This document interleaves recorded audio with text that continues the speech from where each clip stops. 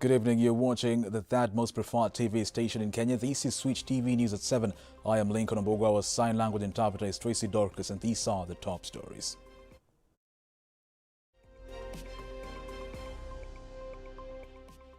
Reaping the fruits of defiance. Surging cases of COVID-19 in 13 western Nyanza counties forced the government to revise the curfew to 7 p.m. To say that MCAs should have the same qualification as members of parliament and the same qualification as members of the executive in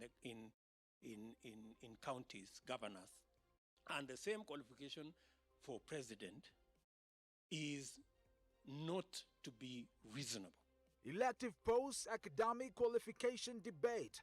Deputy President William RUTO critiques the move to have a bachelor's degree as the minimum threshold for all elective positions. And if there will be no BBI, there will be no election. That one I can tell you for free. No BBI, no elections.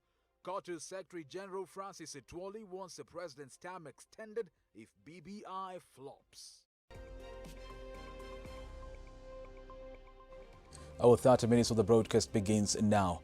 The government has revised curfew hours for 13 counties in the western region from 10 p.m. to 7 p.m. This comes a day after Interior CS Dr. Fred Matiang'i hinted on a possible cessation of movement in and out of the counties around the western region. The counties were individually and collectively declared as COVID-19 hotspot zones. ZAMBIA with more details. Naona wasifunge sababu kuna shida mingi sana huko western. Sasa wakiwafungia huko watu wenye wameenda huko watakuwa na tabu. Penda serikali isiweke hiyo mkomo kwa sababu wakiweka tutaathirika pakubwa. Curfew has been revised in 13 western and Nyanza counties over the rising numbers of COVID infections. The curfew is set to begin from 7 p.m. to 4 a.m. effective tonight. Kisumu, Siaya, Homa Bay, Trans Nzoia, Vihiga, Kisii, Kericho, Bomet, Bungoma, and Migori County are among the counties affected. Governor Wycliffe Oparanya had earlier on asked President Uhuru Kenyatta to order for a cessation of movement in and out of Kisumu, Siaya, and Homa Bay counties over the increase in COVID-19 infections in the western region. The action taken to contain the spread of COVID-19 in this region.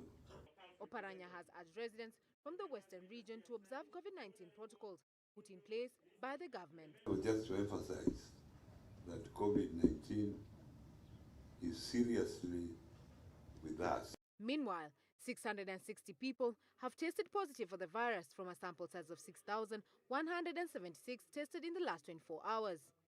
The positivity rate is now at 10.7%. ZAMBIA, Switch TV. Thank you, ZAMBIA. Now, Zambia's former president, Dr. KENNETH has passed on. The nation's founding father had been receiving treatment at a military hospital from early this week. The 97-year-old ruled Zambia for 27 years from 1964, when the country attained its independence from Britain, until 1991. KAUNDA will be remembered for making Zambia the center for anti-colonial groups and guerrilla organizations that fought to end the white minority rule in the South African countries such as Namibia, Zimbabwe, and South Africa. Later in life, he regained stature as one of Africa's political giants, helping to mediate crises in countries such as Zimbabwe and Kenya.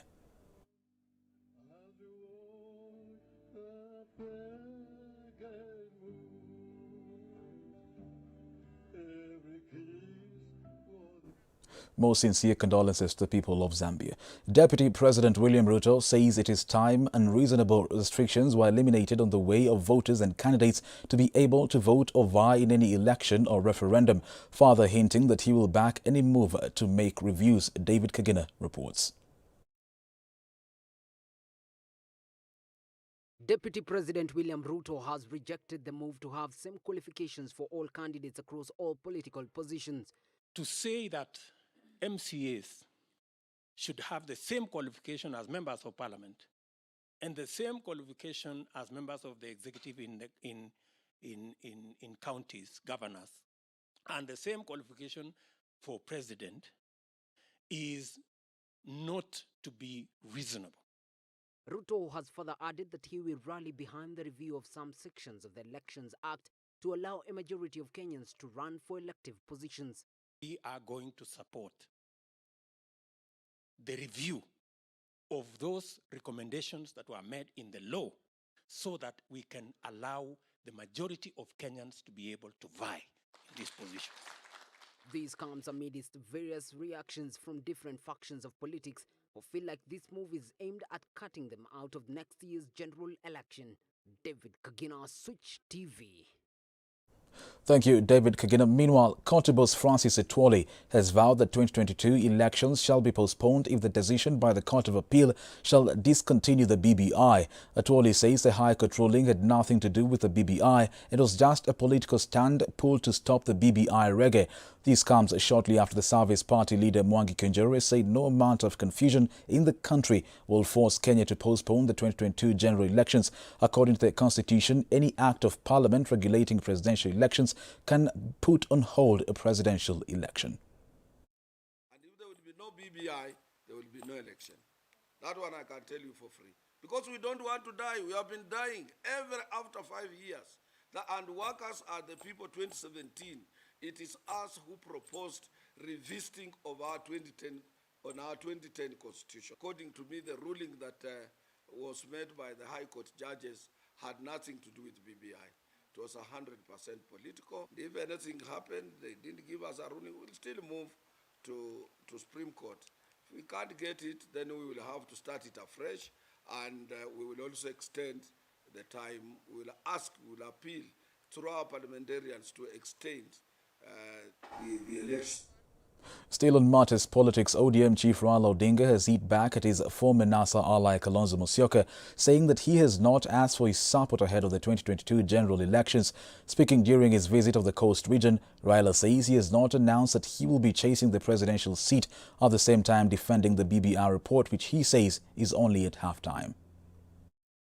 Mimi nimesema sijatangaza mimi nataka kusimama urais.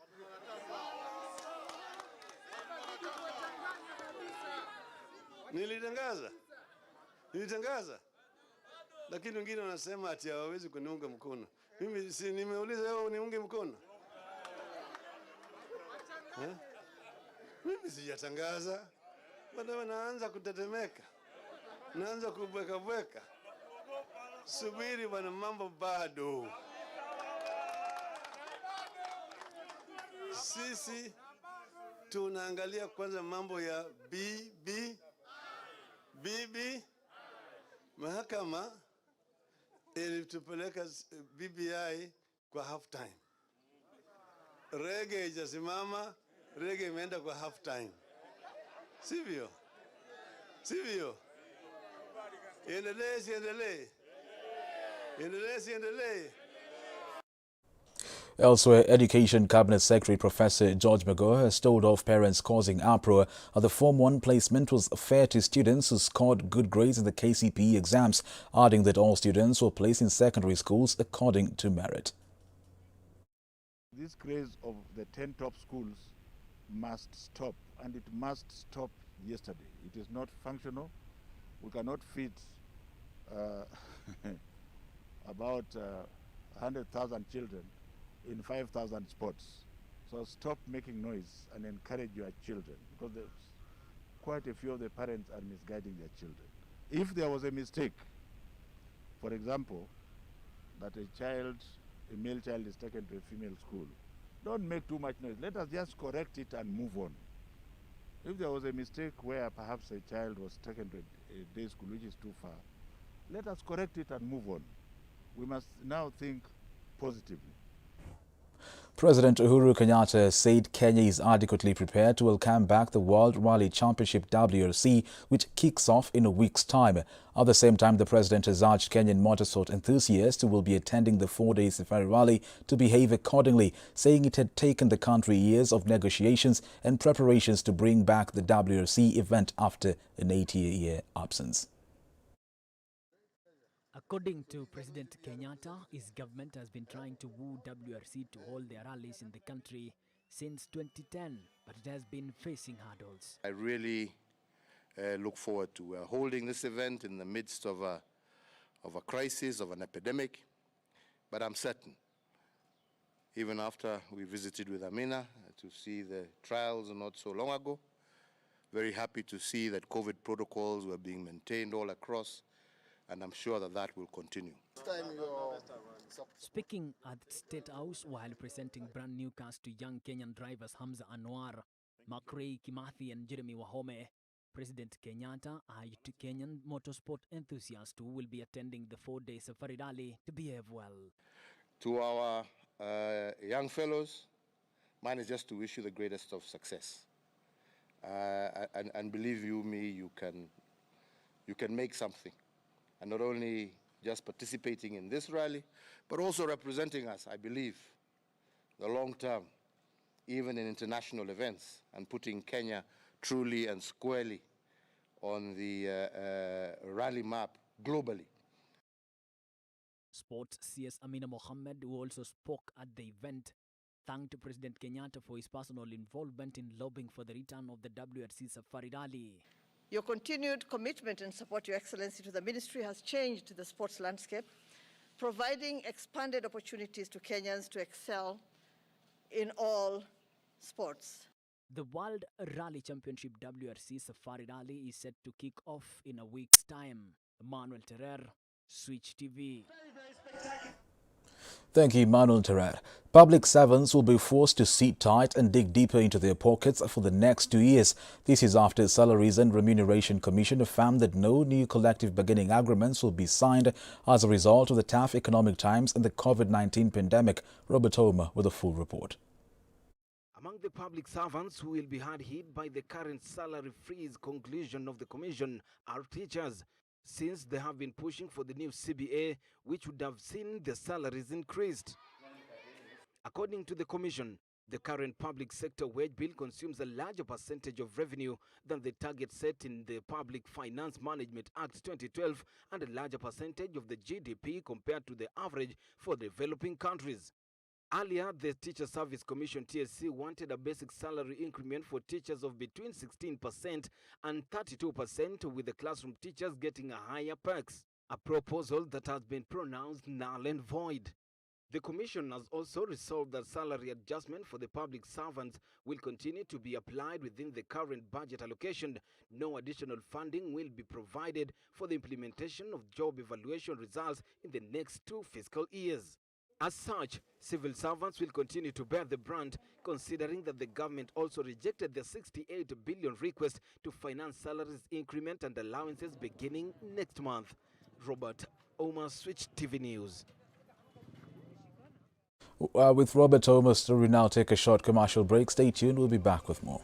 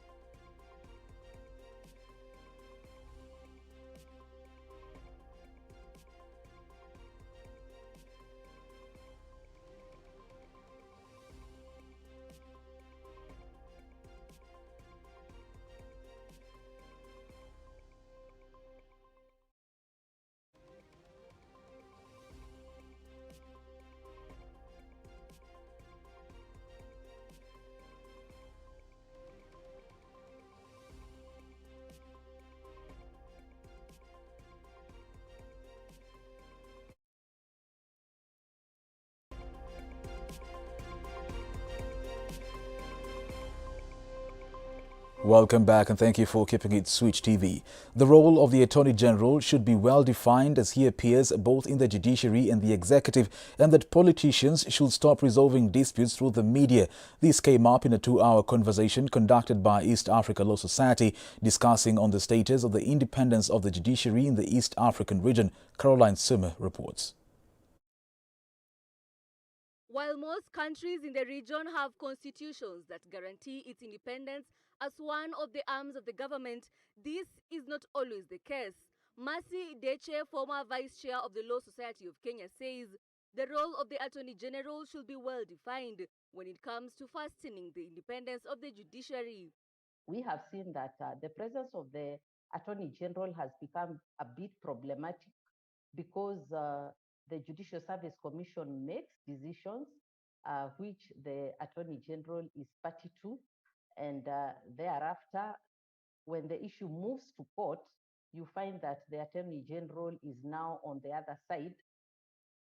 Deche also says magistrates and judges should live up to their standards and be mindful when drawing the line between judicial independence and incompetence. But it's important for them to be mindful of drawing the boundary or the line between independence, decisional independence, and incompetence. Edward Hosea, President Tanganyika Law Society, on his part cautioned politicians not to try and resolve their disputes through the media. The independence of the judiciary in the East African region has been a matter of debate. Will the judiciary ever be fully independent? Caroline Suma, Switch TV. Thank you, Caroline Simmer. Moving on, the third test run of the GREENPARK bus terminus is set to take place tomorrow from 5 a.m. to 9 p.m. in a bid to assess its readiness for commissioning. And as Flora reports, MATATUS will be barred from picking and dropping passengers in the Central Business District until the process ends. The GREENPARK bus terminus is meant to reduce congestion in the Central Business District as well as ease the traffic snarl-up. This project was started in November 2019 and has undergone the first and second test run to assess the progress. What we are doing here is part of a new plan and decongestion strategy for Nairobi, which involves setting out terminus, modern terminus for PSV vehicles, particularly setting them out of the Central Business District. The third test run will be conducted tomorrow, and MATATUS will be barred from picking and dropping passengers in the Central Business District. After completion of the test run, the public service vehicles will continue with their services until the official launch of the terminus. So what we have done in the past is to carry out several tests. In the last 2 months, we have done about 2 tests, and we are culminating in the third one, which will be done tomorrow. The Nairobi Metropolitan Services aims at revolutionizing the public transport system through the use of an application to book rides and commuter-friendly pickup and drop-off points. All eyes are on tomorrow's test run as we get to know the readiness of this mega plan by the Nairobi Metropolitan Services. Flora Limuki, Switch TV.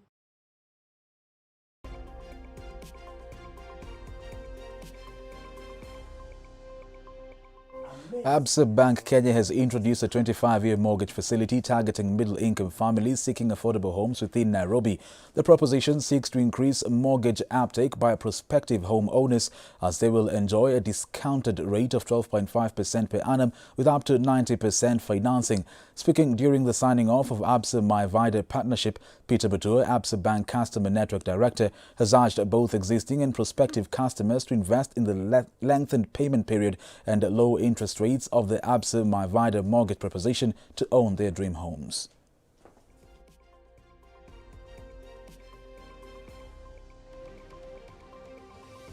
Our customers access these properties through mortgages at very affordable pricing. We are doing 12.5% per annum interest rate, and we are doing a very flexible repayment period of up to 25 years. I think that's the best you can get in the market today. So a very exciting mortgage proposition for our customers in this partnership. The Ministry of Information, Communications and Technology Chief Administrative Secretary Maureen Mbaka has today reiterated the government's commitment to providing universal healthcare to its citizens through the use of technology so as to achieve development goals. Speaking during the Kenya Medical Association's 48th Annual Scientific Conference held in Kisii, the CAS said the government was planning to adopt the Kenya National e-Health Policy in order to attain the highest standards of health. On matters of data protection, the CAS noted the existence of the Data Protection Act, Office of Data Commissioner and Computer Misuse and Cybercrime Act, all of which provide a safe space for online users, including protection of sensitive personal data and health status.